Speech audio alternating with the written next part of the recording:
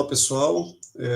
Boa noite a todos. Nós estamos aqui na segunda live, né, do portal Eurotrends. Queria agradecer, antes de qualquer coisa, o convite, né, para estar mediando aqui essa live em que a gente vai discutir os principais estudos que foram apresentados na ASCO de 2025, na especialidade de câncer de próstata, né?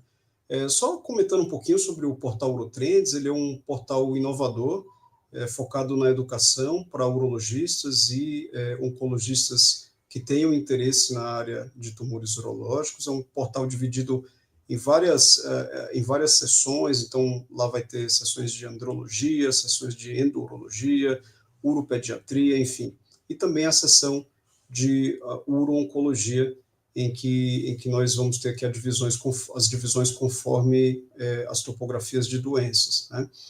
E para estar aqui com a gente, né, nessa live, a gente convidou, então, a doutora Natália Cruzoé e o doutor Vinícius Dalaco. Eles são editores do portal Eurotrends e vão estar aqui com a gente discutindo esses principais estudos de uro-oncologia no câncer de próstata. Então, Natália e Vinícius, vocês estão aí? Olá. Boa noite, pessoal. Boa noite a todos. Obrigado aí, José Maurício, também pelo convite para a gente estar aqui hoje fazendo essa segunda live, trazendo atualizações aí do Congresso Americano de Oncologia. Obrigada pelo convite. Joia, excelente. Então, acho que a Natália vai ter uns slides, né, que vai apresentar, e a gente vai comentando aqui conforme o desenrolar da apresentação, né? Vamos lá. Podemos compartilhar. Vocês conseguem ver minha tela? Sim. Sim.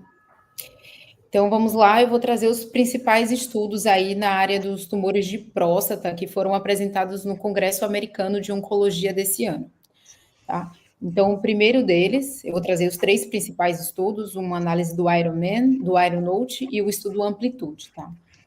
O primeiro deles foi uma análise do registro Ironman. Então, qual que é o contexto atual do câncer de próstata metastático e castração sensível, né? A gente sabe que a primeira linha e tratamento padrão desses pacientes é o uso da terapia de deprivação androgênica com os novos agentes hormonais, associado ou não à quimioterapia à base de docetaxel. O que a gente ainda tem dúvida é que a gente sabe que a gente tem uma população de pacientes aí que acabam evoluindo com um prognóstico melhor, esses pacientes têm uma queda expressiva do PSA, e acabam ficando bastante tempo com a doença controlada, ao passo que a gente tem uma outra subpopulação de pacientes que acabam tendo uma resistência logo no início do tratamento. E a grande dúvida, e os estudos até hoje não conseguem responder para a gente, é quais pacientes, de fato, a gente precisa intensificar o tratamento, com um tratamento tríplice, por exemplo, ou quais pacientes a gente pode desintensificar o tratamento, chegando aos moldes aí de fazer só os novos agentes hormonais ou intermitência. E, na era atual, a gente tem dados prévios que sugerem que a queda do PSA com a terapia de deprivação androgênica é um fator prognóstico, mas a gente não sabe se, na era atual dos novos agentes hormonais, isso também é uma realidade. Então, o Ironman é uma coorte prospectiva internacional que recruta pacientes aí de diversos países, de cerca de 15 países, é um recrutamento que já passou de 4.500, 4.600 pacientes, tanto no cenário castração sensível, quanto no cenário castração resistente. E a gente vê aqui que inicialmente chama a atenção que mais de 50% dos pacientes recrutados provém do Canadá e Estados Unidos, ou seja, América do Norte, ao passo que apenas 0,3% dos pacientes são representados pela população brasileira. E aqui nessa coorte que eles avaliaram apenas de pacientes no cenário castração sensível, a gente vê que 3/4 dos pacientes eram metastáticos de novo, ou seja, a gente sabe que esses pacientes têm um prognóstico pior em relação aos pacientes que fizeram um tratamento prévio para o primário e tiveram uma recorrência, e cerca de 12% dos pacientes fizeram o uso do docetaxel aí com o tratamento tríplice. E os resultados confirmam a hipótese que a gente tinha de que o valor do PSA após 6 meses e 12 meses de tratamento, ele é prognóstico. A gente vê claramente aqui que os pacientes que tiveram uma queda de PSA depois de 6 meses e de 1 ano abaixo de 0,2, aqui representados pelas curvas laranja e verde, tiveram um prognóstico muito superior àqueles pacientes que não tiveram uma queda tão expressiva do PSA, permanecendo com PSA acima de 0,2 depois de 6 ou de 12 meses.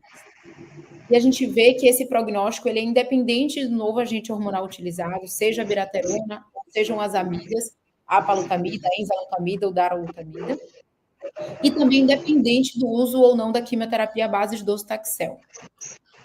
E a gente vê aqui no forest plot, a gente vê que esses pacientes que tiveram um PSA de 12 meses acima de 0,2, eles tiveram um risco de mortalidade quase 5 vezes maior do que aqueles pacientes que tiveram um PSA abaixo de 0,2 no mesmo período.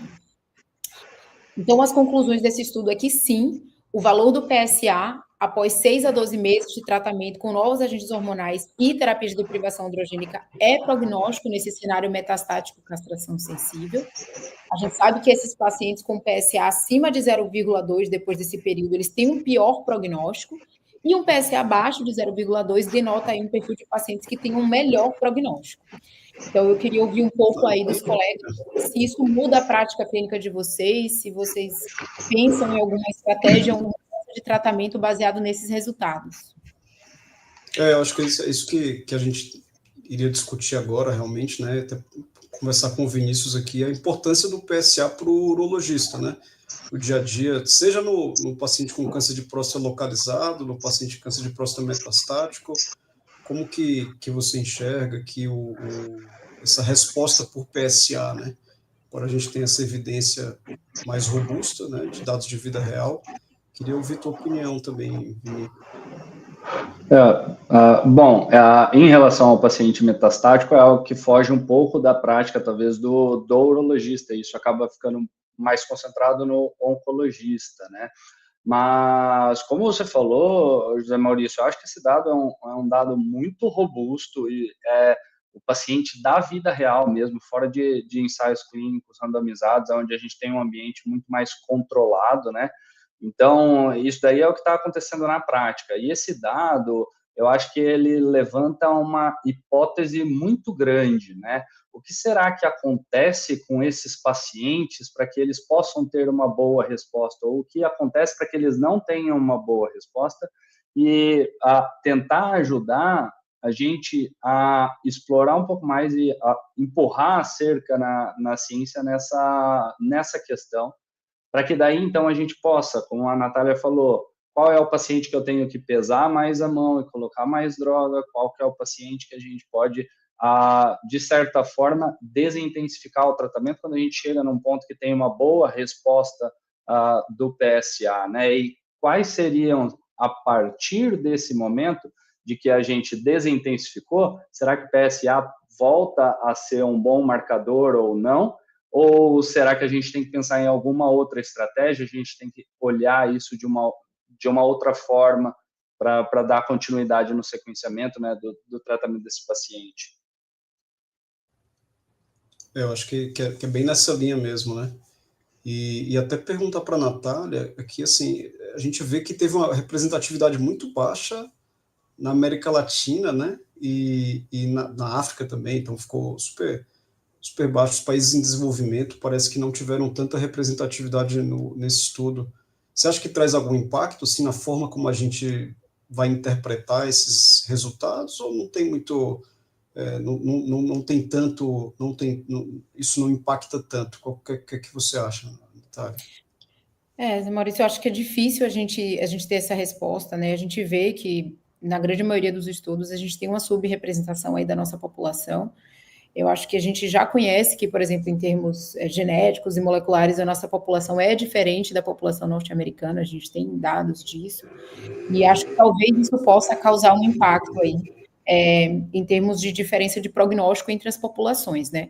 Mas enquanto a gente não tem dados da nossa população, eu acho que, como o Vinícius falou, é um dado bem robusto, de mais de 5 mil pacientes, nessa análise atual, né, de 1.200 pacientes, e é uma coisa que a gente já vê na prática também acontecendo, que só se confirmou com esses resultados, mas a gente sabe que esses pacientes que têm uma resposta por PSA, geralmente eles sustentam mesmo a resposta, e aqueles que o PSA não cai tanto, eles, de fato, eles têm uma progressão mais rápida, né? E se isso vai mudar ou não em termos da gente intensificar ou desintensificar o tratamento, acho que a gente ainda não sabe. De uma maneira geral, acho que a nossa população foi subrepresentada, eu acho que isso pode impactar, acho que o prognóstico dos nossos pacientes é diferente dos norte-americanos, mas enquanto a gente não tem dados, eu acho que esses dados nos trazem aí alguns questionamentos de como a gente pode pensar em manejar melhor esses pacientes, sim. E esse ponto que o Vinícius comentou, de pacientes que têm um PSA mais baixo, será que eu posso desintensificar o tratamento, né? Pacientes com PSA mais alto, depois de uma fase inicial do bloqueio hormonal, será que eu tenho que super intensificar, né? Além da intensificação padrão com a biraterona, assim, eles até colocaram, né? Eles até mencionaram alguns estudos em andamento, né? Isso. Eu trouxe aqui, eles, no final da apresentação, né, da ASCO, eles colocaram, inclusive, os trials que estão em andamento, né? Tem tanto para escalonamento de tratamento, ou seja, intensificação para aqueles pacientes com PSA acima de 0,2. Na realidade, eu acho que alguns oncologistas na prática clínica, inclusive, utilizam dessa resposta por PSA para definir ou não sobre o tratamento tríplice. Só lembrando aqui, né, que hoje a gente tem dado para fazer o tratamento com abiraterona ou darolutamida e docetaxel associado a DT, que é o tratamento tríplice, mas a gente ainda não sabe se isso é melhor do que fazer só a DT com o novo agente hormonal. A gente não tem esse estudo que randomizou esses dois tratamentos, né? O que a gente faz é se utilizar de marcadores que a gente viu nos estudos, como alto versus baixo volume, alto versus baixo risco, e a gente acaba se utilizando disso para definir o tratamento tríplice versus duplo. Mas eu acho que esse estudo, ele é fantástico para a gente ter essa resposta, né? Então, basicamente, ele escalona o tratamento para aqueles pacientes que começaram o duplo bloqueio e ficaram com PSA persistentemente aumentado, acima de 0,2. Então, eles vão randomizar para continuar esse tratamento versus intensificar com docetaxel.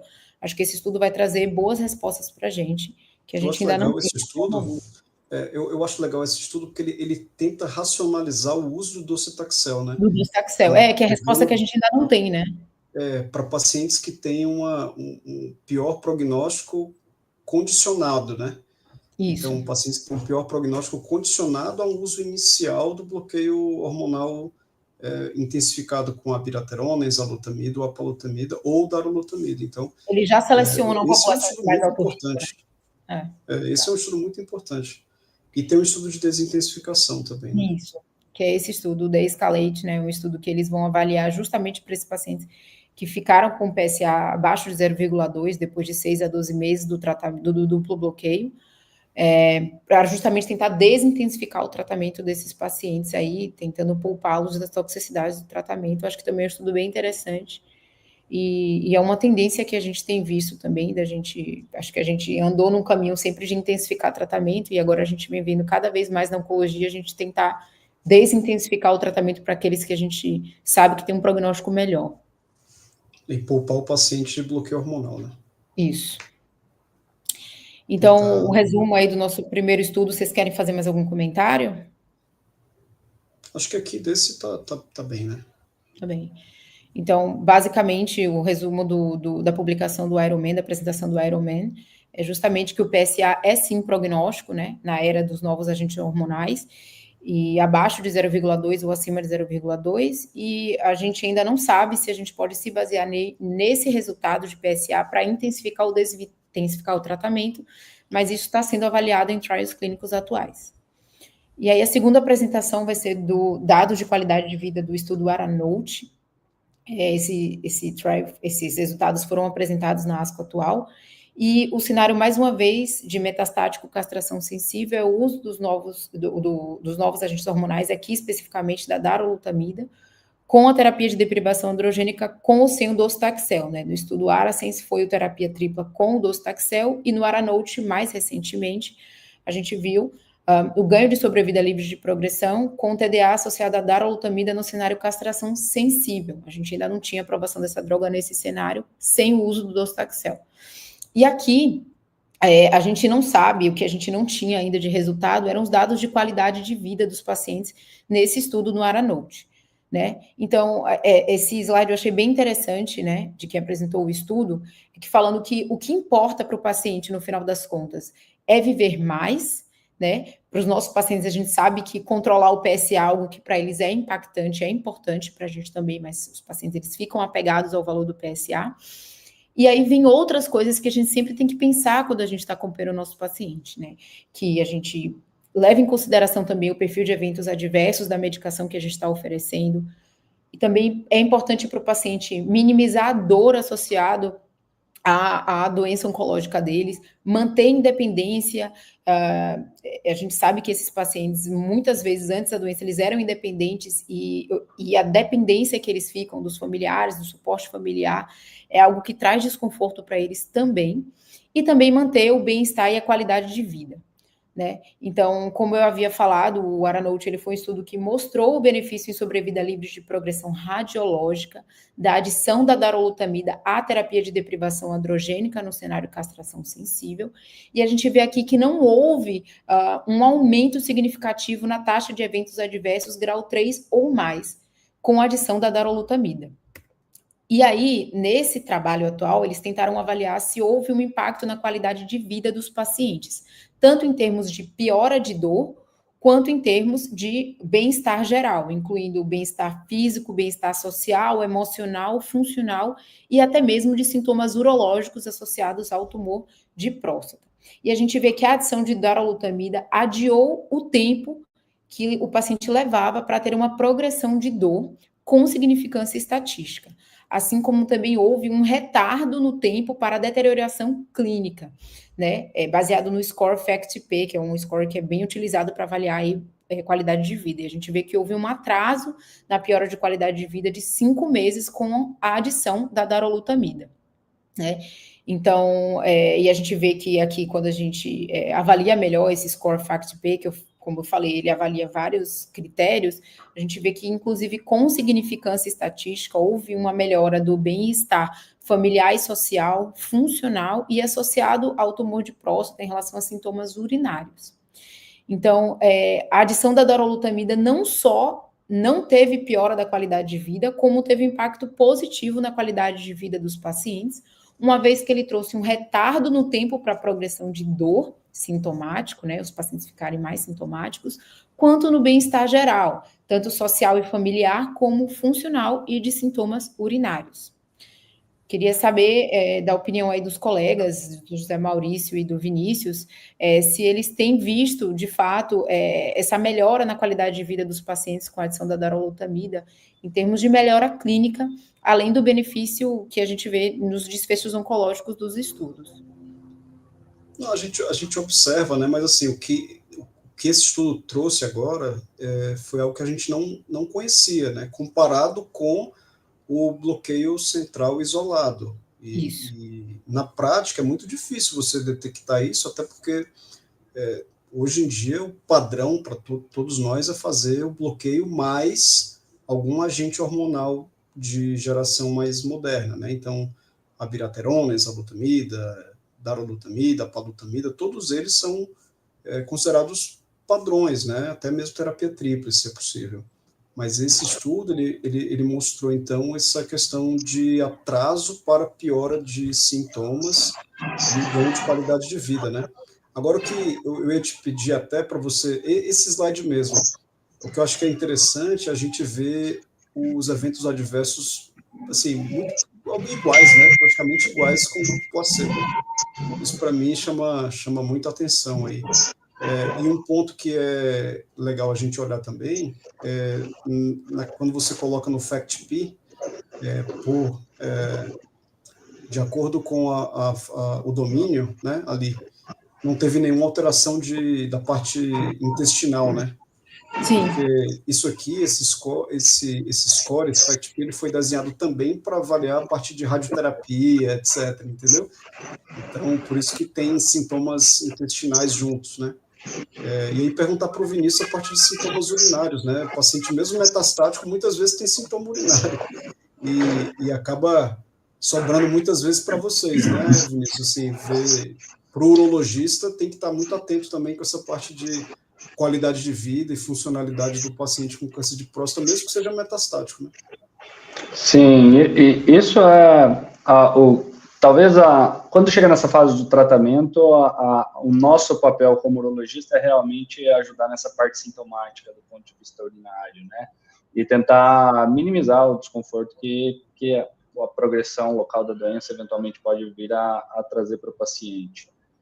Agora, em relação ao trabalho, eu até só levantar a bola aqui para polemizar um pouco, como o José Maurício realmente falou, é um dado que chama muita atenção, porque a gente tem um tratamento padrão hoje, né, que seria usar o duplo bloqueio, né, em relação a usar somente ADT isolado, né.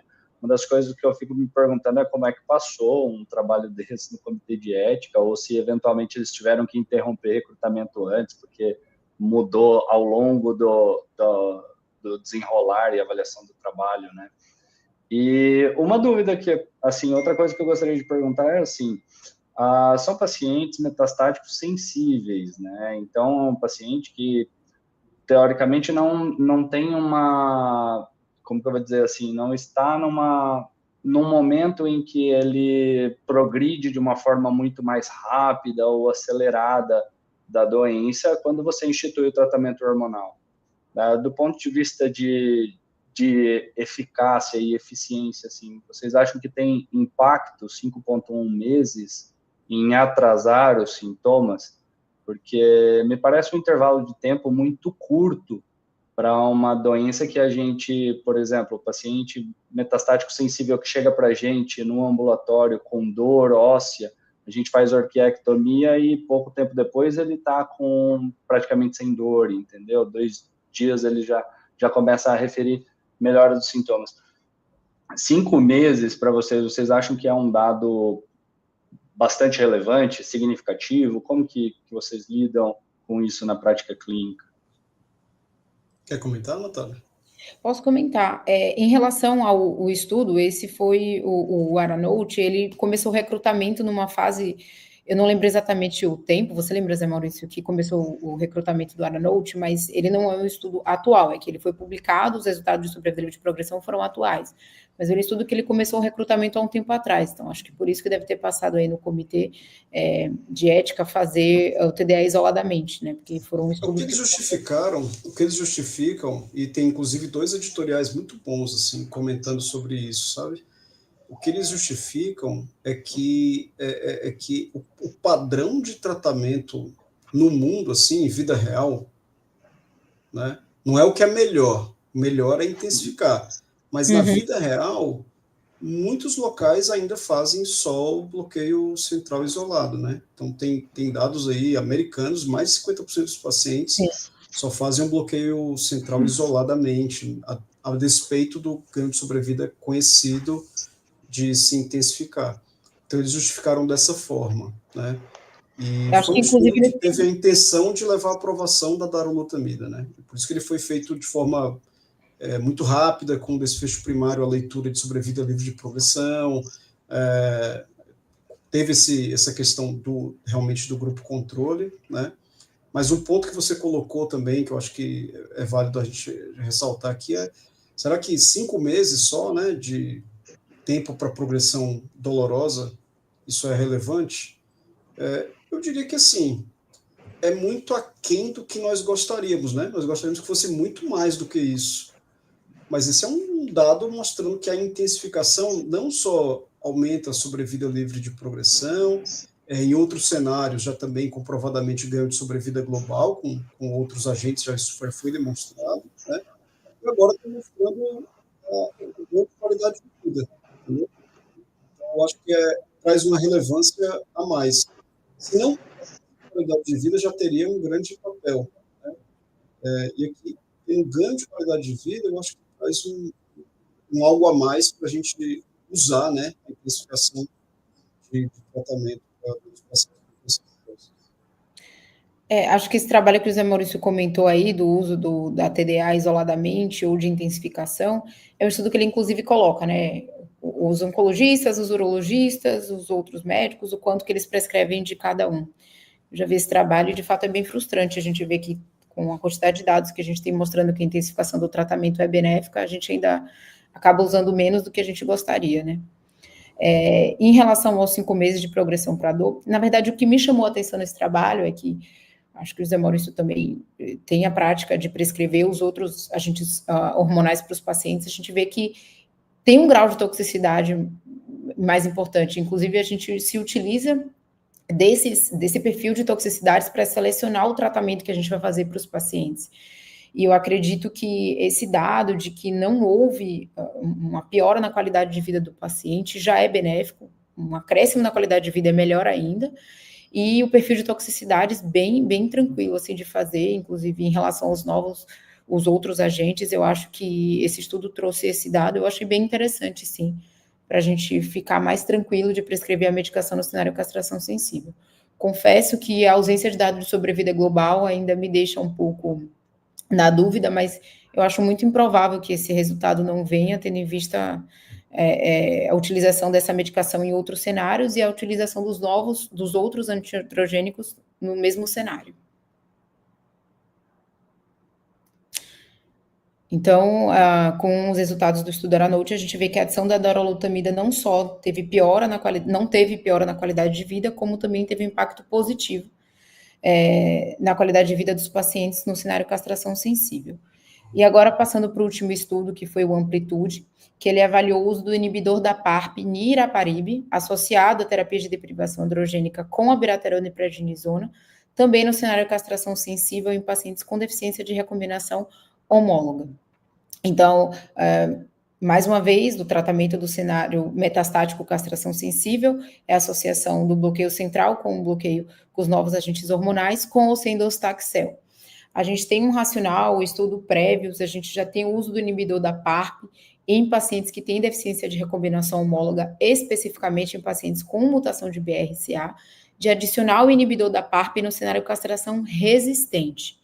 Então, no cenário de doença metastática castração resistente em pacientes com deficiência de recombinação homóloga, especificamente BRCA, a gente já tem a aprovação do uso do inibidor da PARP, a terapia de deprivação androgênica com os novos agentes hormonais.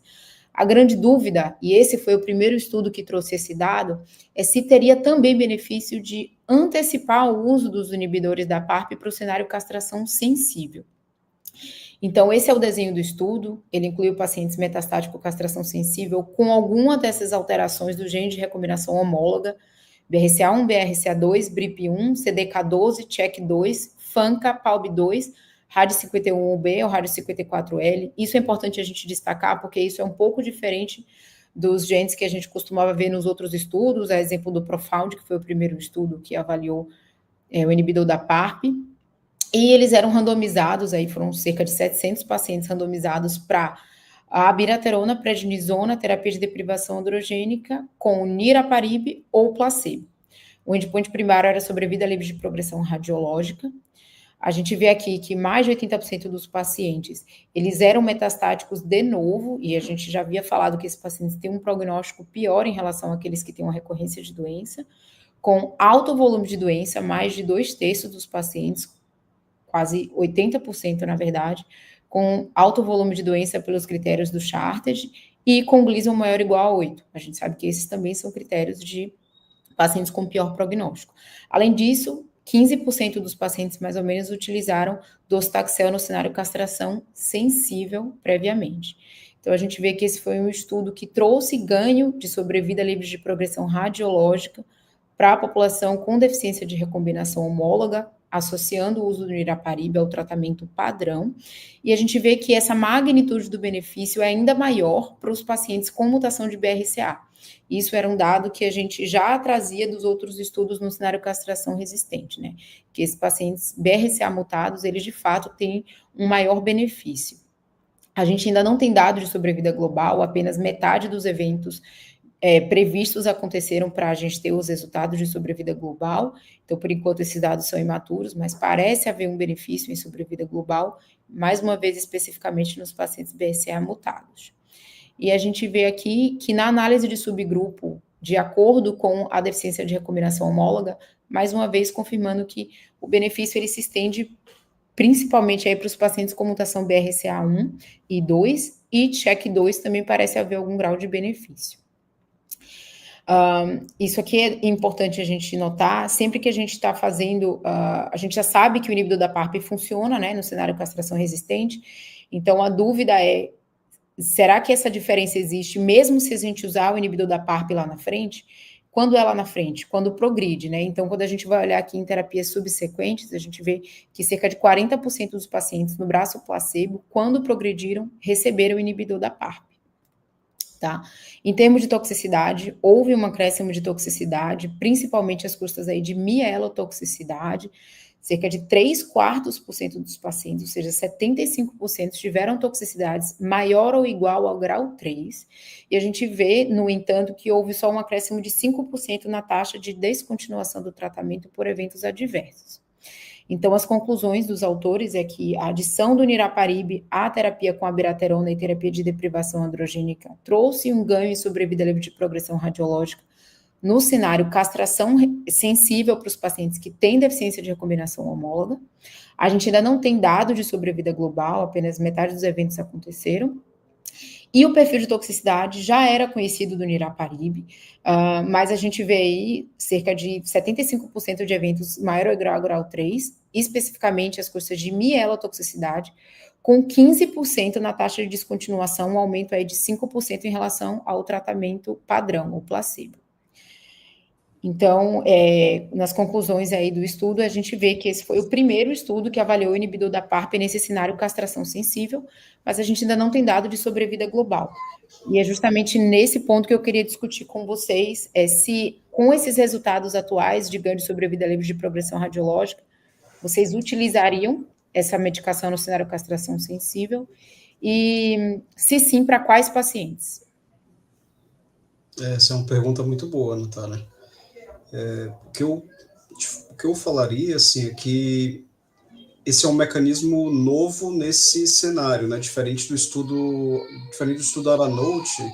Então, é um mecanismo totalmente novo, o inibidor da PARP usado nesse cenário, não está ainda consolidado. A gente sabe que funciona no cenário resistente à castração, mas não ainda no sensível. A gente tem ganho de sobrevida livre de progressão radiográfica, a gente precisa ter ganho de sobrevida global. Um ponto que você colocou muito relevante é a respeito do uso depois da progressão, né? E uso de inibidores da PARP na progressão.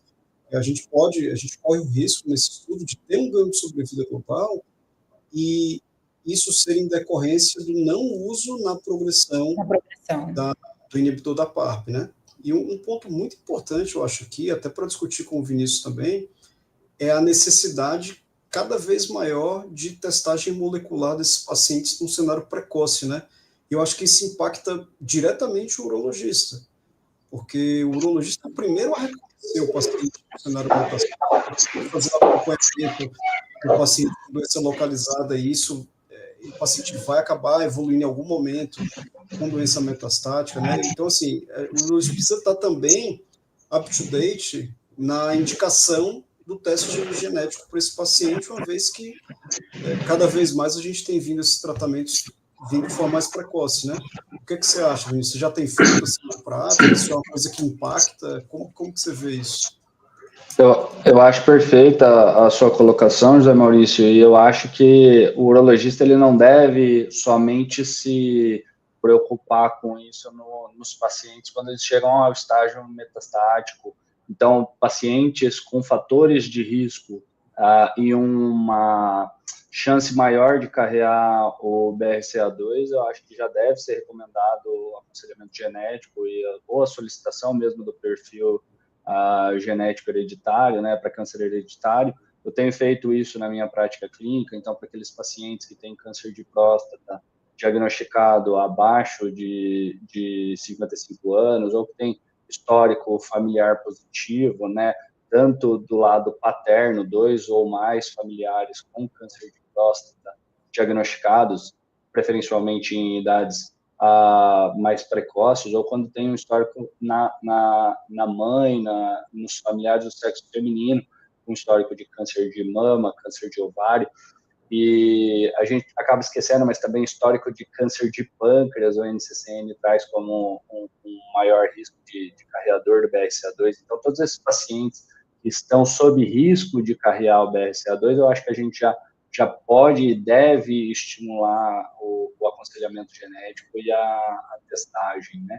Isso, sem dúvida, pode auxiliar os oncologistas, vocês, lá na frente.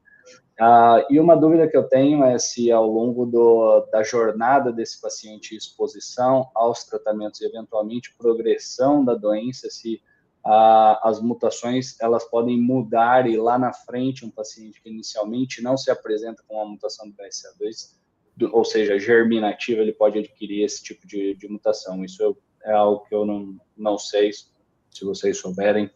Acho que é algo muito importante. Esse é um ponto muito importante. A gente sabe que mutações, por exemplo, de BRCA, elas tendem a acontecer de forma muito precoce na carcinogênese da doença, tá? Mas tem estudos de biópsias seriadas mostrando que os pacientes podem adquirir mutações, por exemplo, em ATM, instabilidade de microsatélites e outras mutações nesse painel, né, de genes de reparo de DNA. Então, o recomendável é, caso o paciente precise de uma mudança de tratamento, é possível você fazer uma retestagem, né, uma nova leitura da parte molecular para investigar novamente se há a presença de alguma dessas mutações. E aí testaria a metástase. E aí testa sempre, testar metástase, né?